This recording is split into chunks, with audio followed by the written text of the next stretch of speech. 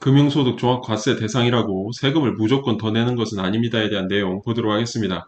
먼저 금융소득 종합과세란 해당 금융기관이 이자 소득이나 배당 소득을 지급하는 시점에서 14%, 지방소득세 포함 15.4%의 세율로 원천 징수하고 지급을 하게 되는 것입니다.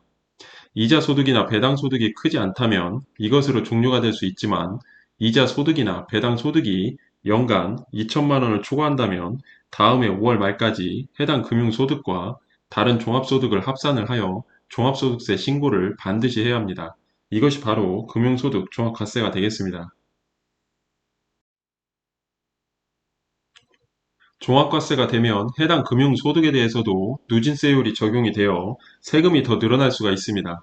일반적으로 14%로 종결될 수 있으나 다른 종합소득과 합산을 하여 계산되므로 최대 45%의 세율을 적용받을 수가 있습니다. 2천만 원 이하 14%로 종결할 것을 2천만 원이 초과하는 경우 최대 45% 종합과세가 되겠습니다. 금융소득 종합과세 대상이 되면 다른 종합소득과 합산을 하여 누진세율을 적용하게 됩니다. 따라서 14%로 종결할 수 있었으나 종합과세 대상이 되면 최대 45%의 높은 세율이 적용되며 세금이 늘어날 수밖에 없습니다. 소득이 많으면 당연 세금도 많이 내야 하는 것입니다. 이해하기 쉽게 그림을 보면 금융소득 2천만 원까지는 14% 원천 징수를 하고 종결하게 되는 것이고 금융소득 2천만 원 초과분은 금융소득 2천만 원 초과분에 대한 내용은 다른 종합소득과 합산을 하여 계산을 하게 되는 것이고 누진세율 최대 45%까지 적용을 받게 되는 것입니다. 종합소득 세율을 보면 1,400만 원 이하 6%, 10억 원 초과 45% 적용을 받을 수 있습니다.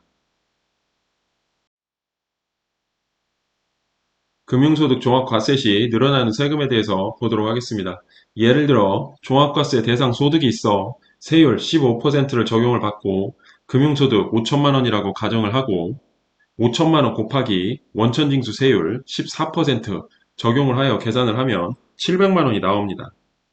5천만 원에서 2천만 원을 뺀 나머지 3천만 원에 대해 누진세율을 적용하게 됩니다. 2천만 원 곱하기 14% 계산을 하면 280만 원, 3천만 원 곱하기 15% 계산을 하면 450만 원이 나옵니다.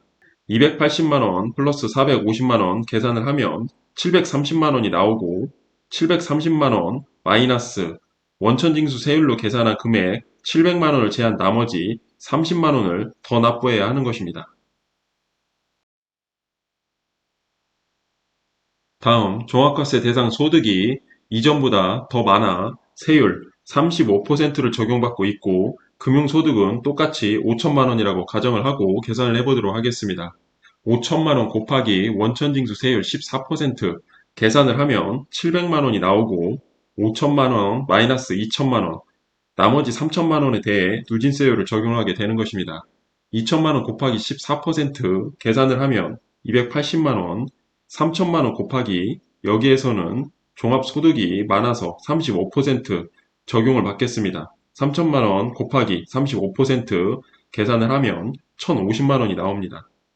280만 원 플러스 1,050만 원 계산을 하면 1,330만 원이 나오고 1,330만 원에서 원천징수 세율 금액 700만 원을 제한 나머지 630만 원을 추가적으로 더 납부해야 하는 경우가 되겠습니다.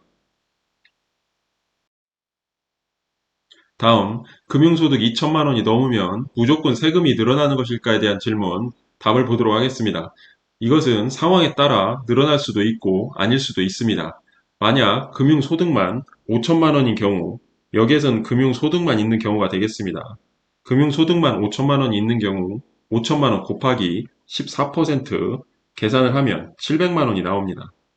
누진세율을 적용해서 계산을 해보면 2천만 원까지는 14% 280만 원, 3천만 원 곱하기 15% 마이너스 누진 공제액 126만 원, 제한 나머지 324만 원이 나옵니다. 280만 원 플러스 324만 원은 604만 원이 나오고 이러한 경우 원천징수 세율과 비교를 하여 큰 값을 적용하게 되므로 여기에서는 추가 세금은 없으며 700만 원으로 종결을 하게 되는 것입니다. 계속해서 보도록 하겠습니다. 만약 금융소득만 8,200만 원인 경우 8,200만 원 곱하기 원천징수 세율 14% 계산을 하면 1,148만 원이 나옵니다. 누진세율을 적용하여 계산을 하면 2천만 원 곱하기 14% 280만 원, 6,200만 원 곱하기 24% 마이너스 576만 원 계산을 하면 912만 원이 나옵니다. 280만 원 플러스 912만 원 계산을 하면 1192만 원이 나오고 원천징수 세율 14%로 계산한 금액 1148만 원과 비교를 하여 큰값을 적용을 하는 것으로 추가 세금 44만 원을 납부를 해야 하는 것입니다.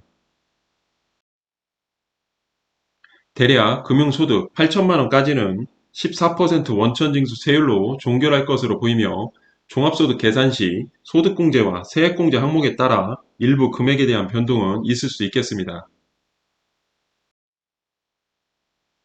정리를 해보면 금융소득이 2천만 원을 초과하게 되면 다른 종합소득과 합산을 하여 누진세율을 적용하게 됩니다. 다른 종합소득이 많으면 최대 45%의 높은 세율을 적용받게 되어 추가적인 세금을 납부해야 합니다. 그러나 금융소득이 2천만 원을 초과한다고 해서 무조건 추가적인 세금을 내야 하는 것은 아니고 다른 종합소득이 없고 금융소득만 있는 경우에는 약 8천만 원까지는 14% 원천징수 세율로 종결하게 되는 것입니다. 단순한 계산으로 이해를 돕기 위한 내용으로 참고만 하셨으면 좋겠습니다. 관련 법 내용은 상황에 따라 달라질 수 있습니다. 시점별 확인이 반드시 필요합니다. 해당 내용은 단순한 예시일 뿐, 상황에 따라 모든 내용들은 달라질 수 있기 때문에 반드시 상담을 통한 판단이 필요할 것으로 보입니다.